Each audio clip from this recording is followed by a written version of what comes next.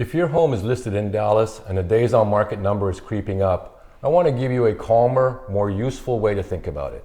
Days on market is a symptom, not a disease. The disease is always one of three things. The market doesn't think the price makes sense, the listing isn't presenting well enough to earn an offer, or the terms are pushing buyers away. So today, we're going to give you decision rules: when to worry, when to hold, and when to cut price, based on what buyers are actually doing, not based on vibes. And we're also going to save you from two common mistakes. Mistake one is panicking too early and cutting price when the listing hasn't even had a fair chance, especially if it launched poorly or just needs a strategic reset. Mistake two is waiting too long, doing tiny reductions and slowly bleeding momentum until you end up negotiating from weakness. So we're going to show you what normal looks like in a logical way and how to respond depending on which signals you're seeing. I'm Kyle Kreick. And I'm Mark Meras, and together we are the co-founders of Paragon Realty Advisors located in Uptown Dallas. By the end of this video, you'll have a clear playbook you could use at day 7, day 14, day 30, day 60, and beyond. So you stop guessing and start controlling the outcome. Let's start with the most important concept. Days on market by itself is not actionable. A listing at 18 days could be perfectly healthy or completely dead depending on three signals. Signal 1, showings. Are qualified buyers walking through the door? Signal 2, offers. Are those showings converting into real written offers? And signal 3, feedback. What pattern is emerging from buyers, agents, and buyers? Those three signals tell what the market is saying. Days on market just tells you how long you've been listening. So our entire framework today is built on relationship between those signals and the day count. Now let's talk about the Dallas listing life cycle, because this is where sellers misunderstand what normal looks like. Here's a life cycle concept. When your home first hits the market, there's an attention spike. Saved searches trigger, agents send it, buyers who have been waiting for something like it book a showing quickly. We call this the first 10 days window. It's the best shot at urgency and competition. It's when you are most likely to get the strongest offer because buyers assume other buyers are seeing it too. So if the listing underperforms in the first 10 days, it doesn't mean the house is unsellable, it means you have to diagnose what's wrong early because you don't want to waste that attention spike. The best sellers don't wait and hope, they respond quickly and strategically. All right, here's the core tool. The Paragon Days on Market Decision Ladder. We're going to break the market into time buckets and tell you what to do in each one. Days 1 through 7 is not where you panic. It's where you gather signals and protect your launch. In this window, you want maximum showing access, clean presentation, strong photos, and you want to watch one thing closely. Are you getting the right kind of attention? If showings are strong, you hold. If showings are weak, don't wait, because weak showings early is almost always a price positioning issue, not a buyers or slow issue. Now let's handle the first major fork in the road, low showings. If you're not getting showings, buyers aren't negotiating, period. If showings are low in Dallas, especially in the first 7 to 14 days, the market is telling you something blunt. In the buyer's mind, the price doesn't make sense relative to the alternatives. This is where sellers get tempted to blame interest rates, the season, or buyers being picky. But buyers don't stop touring. They just tour what they think is a better value. So your job is to re-enter the buyer's consideration set. And that means one of two things: price repositioning that puts you into a new pool of buyers, or a value story that's so compelling it changes the comparison set, which is rare unless you have something truly unique. In most cases, if showings are low, you don't need a minor adjustment. You need a meaningful move that puts you back on a short list. The next fork is the opposite problem, and sellers find it confusing. What if showings are high, but offers aren't happening? High showings with no offers usually means buyers are interested enough to look, but something kills the deal when they're inside the home or reviewing the details.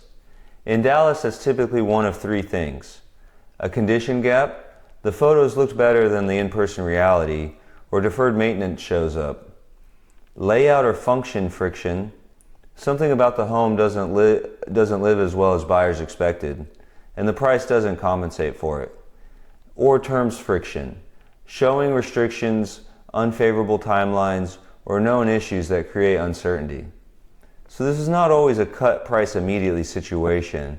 This is often a presentation and terms fix. Staging, lighting, decluttering, curb appeal, repairs that punch above their cost, and making the deal feel clean and easy. Because if buyers are coming, you're in the right neighborhood of value, you just aren't closing the gap. And then there's a third scenario. You're getting offers, but they're bad offers. Let's talk about what that means. When sellers say we're getting bad offers, what they usually mean is offers are below asking, heavy on concessions, or they feel like buyers are trying to take advantage. But that's still just information. It means the market is willing to transact, just not at the terms you want. And your response depends on timing and on your leverage. If it's early and you're still in the launch window, you can often negotiate from strength, especially if you have multiple interested parties. If it's later and you've built up days on the market stigma, those offers may be the market's best honest signal.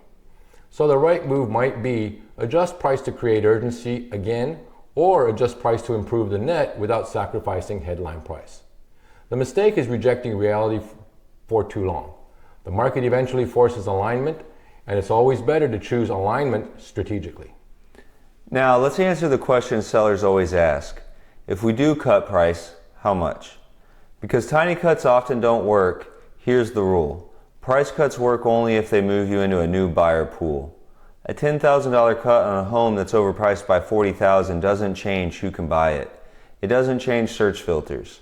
It doesn't change buyer psychology. All it does is signal that you're chasing the market. So we prefer threshold cuts. Cuts that cross a meaningful search boundary or change the comparison set. For example, moving from just above a key number to just below it, or making a move big enough that buyers who passed on it now reevaluate. This is where strategy beats emotion. The goal is not to discount, the goal is to re-enter the shortlist. And this is where Dallas-specific reality matters, because you got micro markets and price bands. What works in one band doesn't always work in another. Dallas behaves differently by pockets and by price band. Some pockets have tight inventory and buyers move fast. Other pockets have more competition, more concessions, and buyers take longer. So your days on market decision ladder has to be anchored to your competition set. What else is available? What a buyer would choose instead. If similar homes are going pending quickly and you're not, your problem is likely price or presentation. If everything is sitting, then the market is slower in that pocket and you need a strategy built for patience and positioning. This is why we always say, don't let national headlines or even Dallas headlines make your decision. Your zip code and often your neighborhood is the market that matters. All right, let's give you the Paragon reset plan. What to do when you've hit the worry zone and you need to get the listing back to life. If you're at day 14, 30, or 45 and the listing is not producing, here's the reset plan. Step 1, diagnose using the 3 signals: showings, offers, feedback. Step 2, choose one primary lever: price reposition, presentation upgrade, or terms improvement. Step 3, make the change meaningful enough to matter. And step 4, relaunch like it's new. New photos if needed, improve showing access, agent outreach, and create a reason for buyers to reevaluate. A reset is not a random price cut. It's a strategic re-entry into the buyer pool. Let's wrap this up with quick answers to some of the questions we always get when sellers are watching days on the market tick up. First question is, when should I worry? If showings are weak in the first 7 to 14 days, or if you have higher showings and 0 offers after the meaningful traffic. Second, when should I hold? If showings are steady and feedback is minor, sometimes it's just one right buyer. Third, when should I cut price? When low showings indicate you're outside the short list, or when you need to move into a new buyer pool. Fourth, do price cuts always work? Only if they're meaningful enough to change a buyer pool. And finally, what's worse than cutting? Doing tiny cuts repeatedly and creating a stale listing narrative. If you're selling in Dallas and your listing is sitting, the solution isn't panic.